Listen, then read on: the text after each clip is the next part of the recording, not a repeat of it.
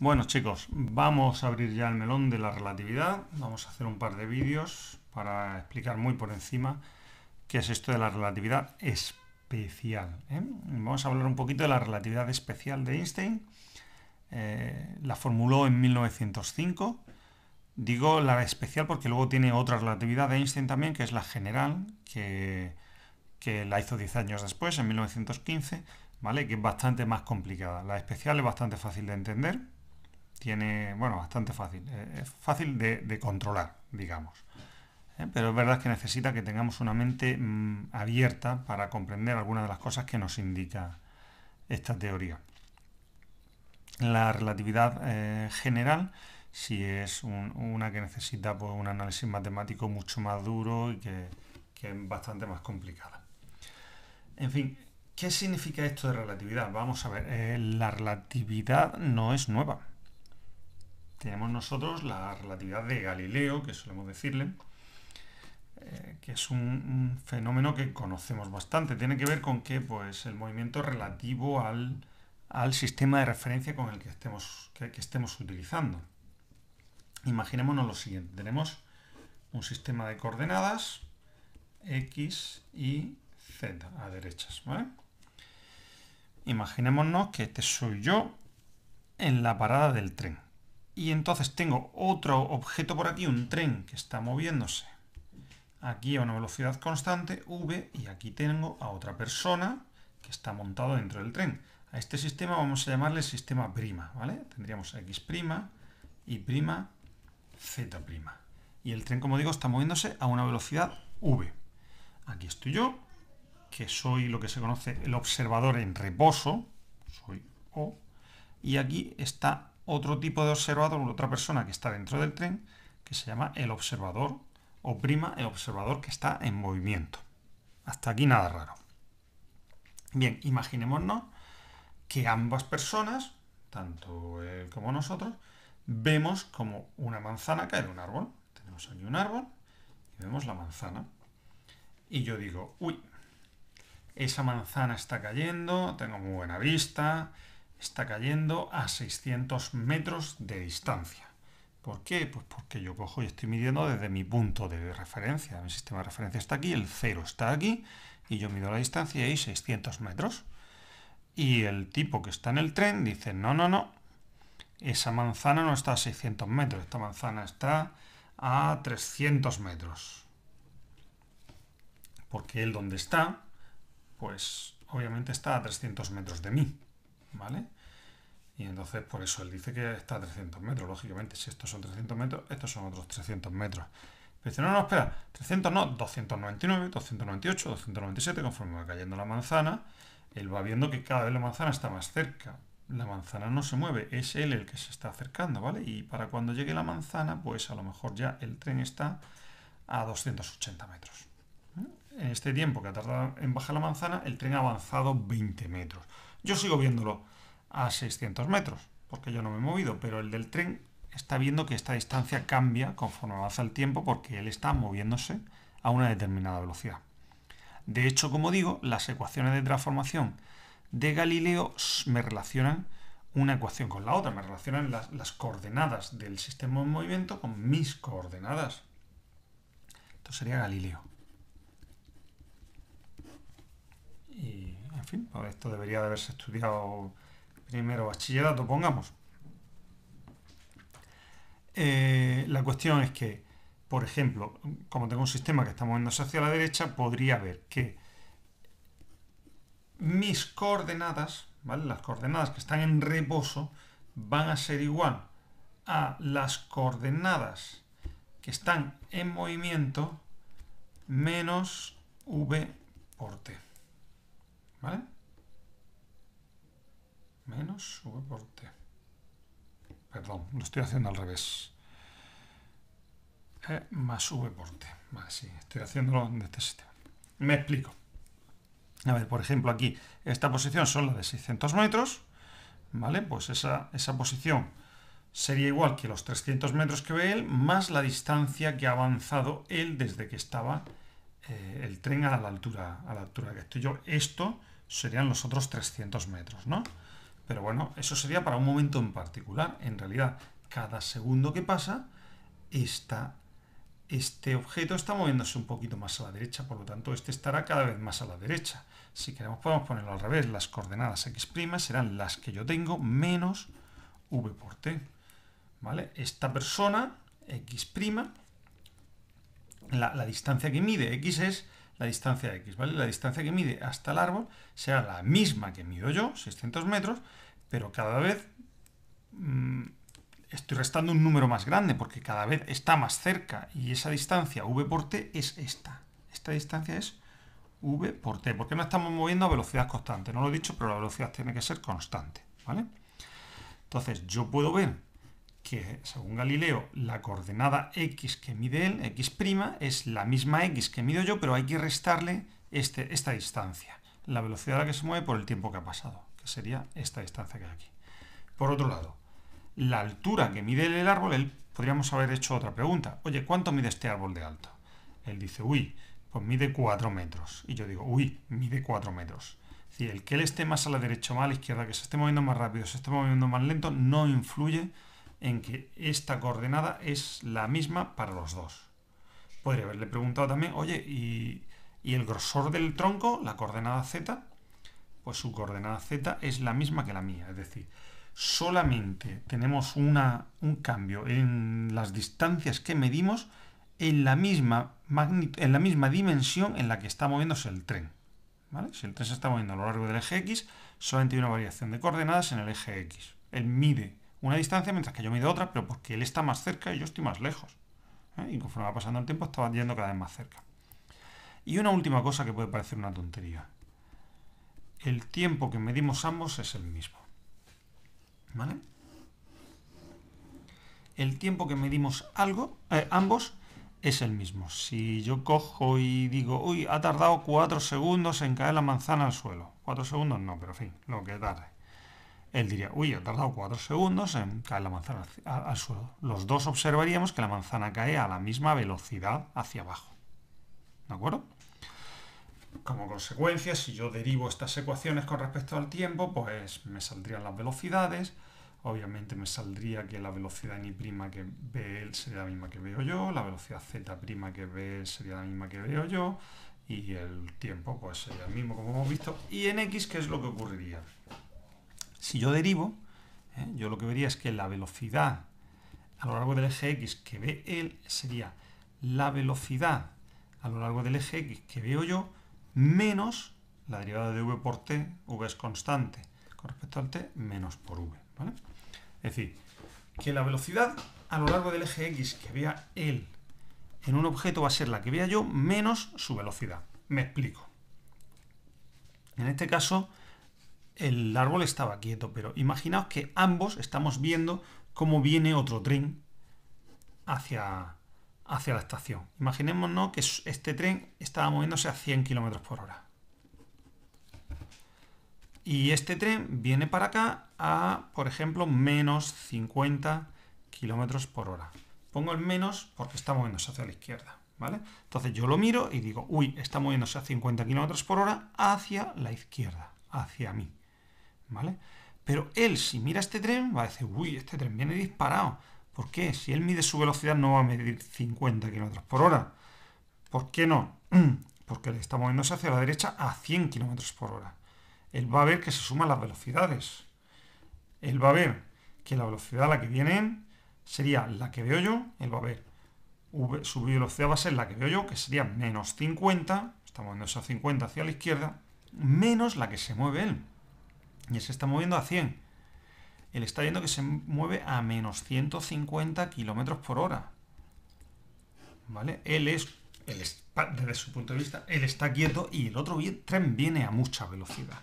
¿Vale? Es decir, que estamos viendo aquí que con la relatividad de Galileo sumamos o restamos velocidades dependiendo si estamos en sentidos contrarios o en el mismo sentido. Como cuando tú vas en el coche y tú ves que tú vas a 80 km por hora y el coche de delante va a 80 km por hora también, vuestra velocidad relativa es cero. O sea, tú ves el coche de delante todo el rato a la misma distancia. ¿Por qué? Pues porque ambos estáis moviendo a 80. No hay velocidad relativa entre vosotros, ¿vale?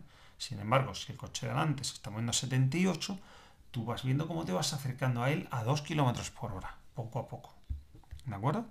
Y por último, si vuelvo a derivar las velocidades, pues me salen ahora que la aceleración, la derivada de la velocidad sería la aceleración que él mide sería la misma que mido yo, y la derivada con respecto al tiempo de una constante sale 0. ¿Vale? Igualmente aquí me saldría la aceleración en i son las mismas y la aceleración en z son las mismas. Es decir, que con Galileo, con las transformaciones de Galileo, tenemos posiciones distintas a lo largo del eje en el que está ocurriendo el movimiento del objeto que esté moviéndose, ¿vale? Las velocidades también salen distintas, aquí se suman o se restan velocidades, pero las aceleraciones son las mismas. Claro, como según la segunda ley de Newton, fuerza es igual a la masa por la aceleración, los dos podemos hacer los mismos experimentos que nuestros resultados serán análogos, porque las aceleraciones que pueda medir él son las mismas aceleraciones que puedo medir yo, y por lo tanto las fuerzas que ve él presente son las mismas fuerzas que veo yo presente, y podemos darle la misma explicación a los fenómenos, ¿vale? Son análogos, los sistemas de referencia o ambos sistemas de referencia son análogos, y lo único que tienen que estar moviéndose uno a velocidad constante con respecto a otro, ¿vale? Son indistinguibles. Nosotros, si estuviéramos en una cápsula cerrada, no podríamos distinguir si estamos quietos, en reposo, o si estamos moviéndonos a velocidad constante, porque al ser la aceleración la misma, las fuerzas serían las mismas y no tendríamos no tendríamos manera de hacer ningún experimento que nos demostrase si estamos moviéndonos o no, ¿vale? Entonces aquí la clave está en que esto es un tren, ¿vale? Y como es un tren, aquí hay un sistema de referencia claro, y ese sistema de referencia es el suelo. Aquí yo sé que esta persona está quieta porque está en el suelo de la estación, mientras que esta persona está en el tren, pues porque veo que el tren se está moviendo y veo que se mueve a 100 km por hora, ¿vale? Ahora, ¿qué pasa si yo lo que tengo es la Tierra moviéndose por el espacio? ¿Qué pasa? ¿Que la Tierra se está moviendo a velocidad v y el resto del espacio está quieto? ¿El Sol está quieto? El Sol está ahí muy lejos, por eso lo he puesto así pequeñito. ¿El Sol está quieto? ¿Y entonces la Tierra se mueve con respecto al Sol? Pues genial. Pero es que el Sol no está quieto. El Sol se mueve en torno al centro de la galaxia, que tenemos un agujero negro supermasivo. ¿Vale? Entonces la galaxia, la Vía Láctea, está quieta. Pues no, también se mueve. El problema que tenemos es que no hay manera de encontrar un sistema de referencia que sea fijo y sea universal. En el siglo XIX se pensaba que sí existía. Ese sistema se le llamó el sistema del éter, ¿vale? El éter. Y entonces estaría bien ser capaces de medir el sistema de referencia del éter, que sería el sistema de referencia que estaría quieto, que estaría en reposo absoluto, para poder medir todo con respecto al sistema del éter, ¿vale? He puesto aquí éter, es éter. Sistema del éter. Entonces estaría bien, y empezaron a hacerse experimentos para intentar medir el sistema de referencia del éter. La cuestión era que daba problemas el éter, ¿vale? Pues porque por un lado el éter tenía que ser una sustancia una sustancia etérea, ¿vale? Tenía que ser una sustancia que no produjese ningún tipo de rozamiento, porque si produce rozamiento, pues los planetas en su movimiento con el éter se irían frenando, irían perdiendo energía, y entonces al final acabarían cayendo unos planetas sobre otros, sobre la estrella, ¿vale? Cosa que no pasaba. Entonces, por un lado tenía que tener una propiedad que era pues que no tenía que producir ningún tipo de viscosidad, ningún tipo de rozamiento, nada de eso. Por otro lado, el éter era el que permitía que las ondas de luz se desplazasen por el espacio, porque claro, las ondas necesitaban un medio material. ¿Cómo puede ser que aquí desde el Sol hasta la Tierra se transmita la luz y no haya nada? Pues porque lo que tenemos es el éter. Claro, y como la luz se transmite a tantísima velocidad, el éter tenía que ser un sistema de referencia muy rígido, o sea, un sistema material muy rígido. Tenía que ser al mismo tiempo muy etéreo, ¿vale? Muy poco viscoso y muy rígido para poder transmitir la luz a tal velocidad que lo hacía, que ya se había medido. O se estaba midiendo de aquella manera, pero en fin. Era un poco contradictorio el éter.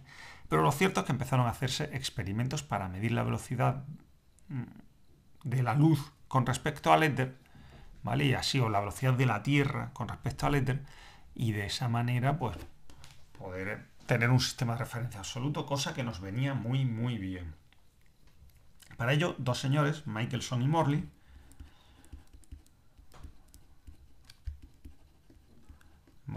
se escribe Morley, me parece que era así, Michelson y Morley, diseñaron un experimento, que es uno de los experimentos estos famosos de la historia de la física. Usaron un interferómetro llamado interferómetro de Michelson y Morley, que consistía en lo siguiente: se cogía luz monocromática, y se emitía en una determinada dirección. Entonces, esa luz se hacía pasar por un espejo semitransparente. Que sea semitransparente significa que permite pasar parte de la luz y parte de la luz la refleja, de manera que lo que hacía era dividir este rayo en dos. Por un lado divide el rayo para acá, por otro lado divide el rayo para acá. Aquí tenemos a la misma distancia un espejo y aquí otro espejo, de manera que el rayo rebotaba, venía para acá y ahora sí pasaba, y aquí este rayo rebotaba y venía para acá y aquí rebotaba, ¿vale? Y aquí pues teníamos una pantalla, ¿vale? Es decir, que habíamos cogido y habíamos dividido un haz de luz en dos rayos distintos, lo habíamos hecho recorrer la misma distancia y luego lo volvíamos a juntar y lo proyectábamos sobre una pantalla. ¿Cuál era la idea de esto? Pues bien, imaginémonos que la Tierra está moviéndose para allá y el éter está moviéndose para acá, ¿vale? Es decir, en unos momentos de la Tierra estaría moviéndose a favor del éter y en otros en contra del éter. Supongamos que la Tierra está ahora justo en este momento. ¿Me vale? No tiene por qué ser exactamente en oposición o a favor el movimiento de la Tierra con respecto al del éter. También me vale que haya una componente. Pero vamos, supongamos que estamos en esta posición más favorable para entenderlo, ¿vale? Entonces aquí la luz al llegar por aquí nos pasará como con los coches. Es decir, aquí lo que tenemos es que esta luz está luchando en contra del éter, ¿vale? Está frenándose, va más lento por culpa del éter. Al llegar aquí, este haz de luz tiene una dirección que es totalmente perpendicular a la del éter, ¿vale? Y sufriría un cierto arrastre para acá, ¿vale?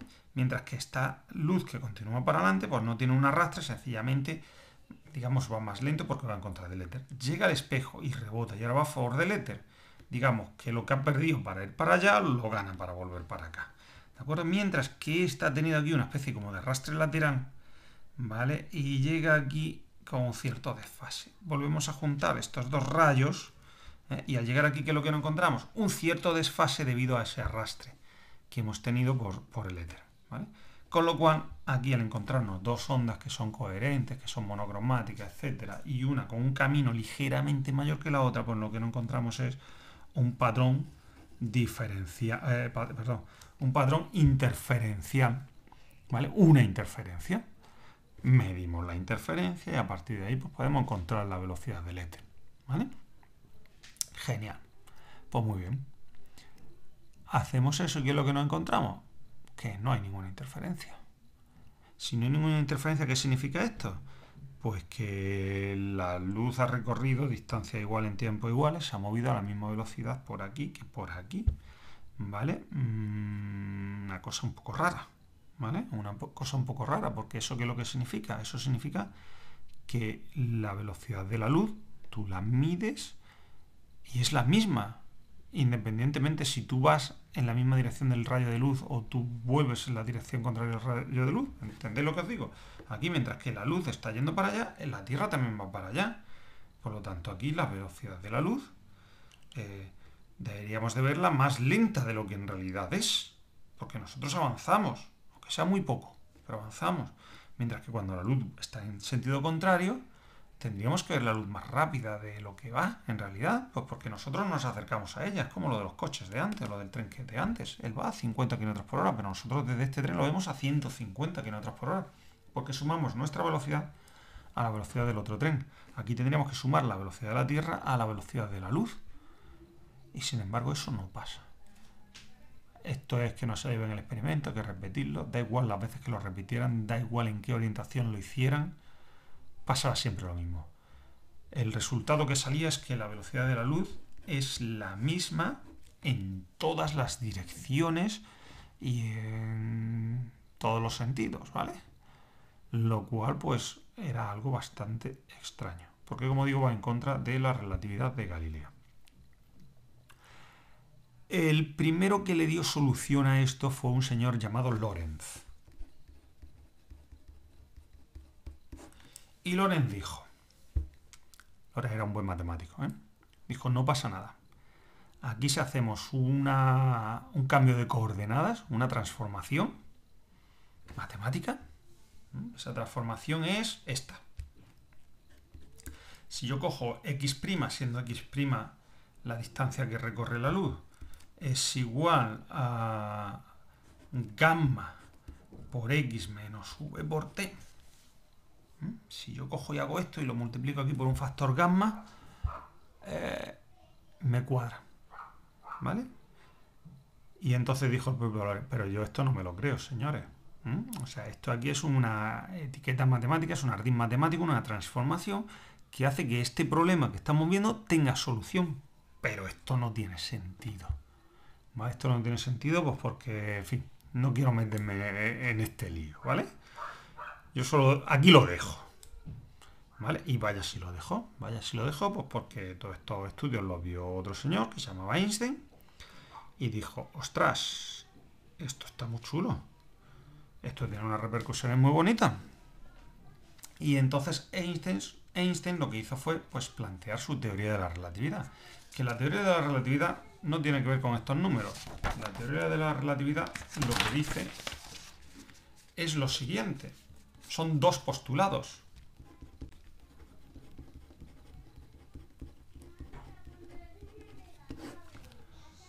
El primer postulado lo que nos dice es que la velocidad de la luz es constante en todas las direcciones. Es constante siempre, ¿vale? Y vale, pues lo que vale. 3 por 10 a la 2, 8 metros por segundo. ¿Vale? Nunca nos habíamos parado a pensar que la velocidad de la luz es la misma, da igual si tú vas o tú vuelves. Pues la velocidad de la luz es constante siempre. Y segundo postulado, lo que nos dice es que todos los sistemas de referencia inerciales, es decir, un sistema de referencia inercial es un sistema de referencia que no tiene aceleración, que se mueve a velocidades constantes. Todos los sistemas de referencia inerciales son equivalentes e indistinguibles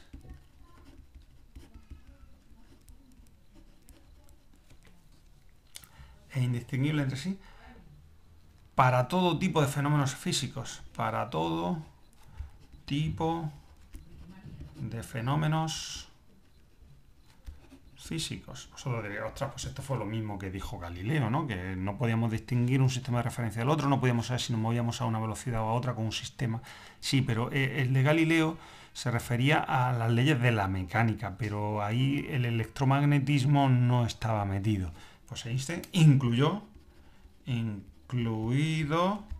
el electromagnetismo, es decir, claro, con la relatividad de Galileo, pues por ejemplo, todo el tema de campo magnético y demás no podía ser. O sea, el campo magnético depende de la velocidad a la que se muevan las partículas. Pues ahí el tema de la velocidad es muy importante, ¿no? Entonces, no funcionaba la relatividad de Galileo para fenómenos electromagnéticos.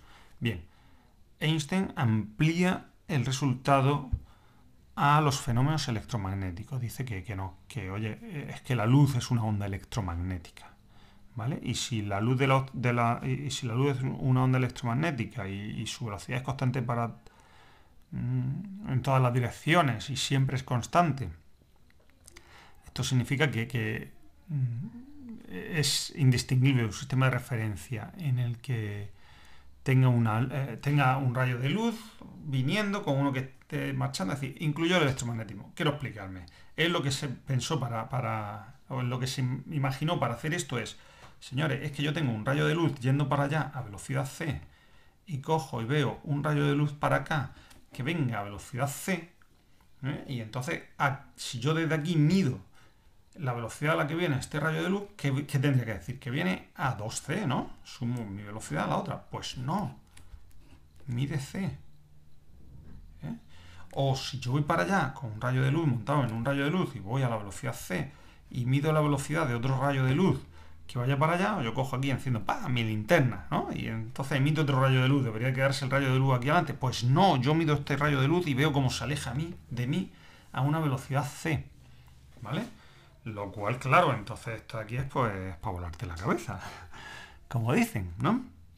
Entonces incluyó esto en la relatividad. Claro, esto tiene unas consecuencias bestiales. ¿Por qué? Pues porque si esto no tiene sentido, a ver si tendría que ser 2c, tendría que ser velocidad cero, si no tiene sentido, pero esto es cierto, entonces lo que no es cierto es ni el tiempo ni la distancia. El tiempo y la distancia que nosotros captamos no es como es el tiempo y la distancia de verdad, ¿vale?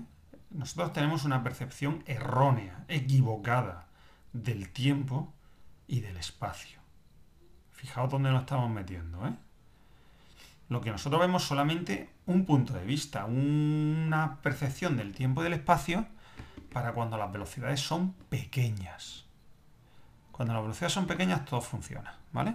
Pero en el momento en que tenemos velocidades muy grandes, nosotros hablaríamos de que hay una distorsión en el tiempo, una distorsión en el espacio. El tiempo y el espacio cambiarían. ¿Eh? Pero es que es así. Esa es la realidad, porque es lo que nos dicen las matemáticas y pues porque se han comprobado muchos de estos aspectos. ¿De acuerdo? Entonces, ¿el resultado cuál es? Pues que esto que parece una tontería, que la velocidad de la luz es 3 por 10 a la 8 en el vacío, y que yo no soy capaz de distinguir un sistema de referencia del otro, inercial, siempre que sean inerciales, si lo tengo uno que está acelerado, nunca ha estado eso sobre la mesa, ¿vale? Pues eso que parece una tontería, la consecuencia que lleva es que ni el espacio es como nosotros pensamos, ni el tiempo es como nosotros pensamos. ¿Eh? Os dejo aquí con el punto álgido y el próximo día os cuento un poquito más de esto. Hasta luego.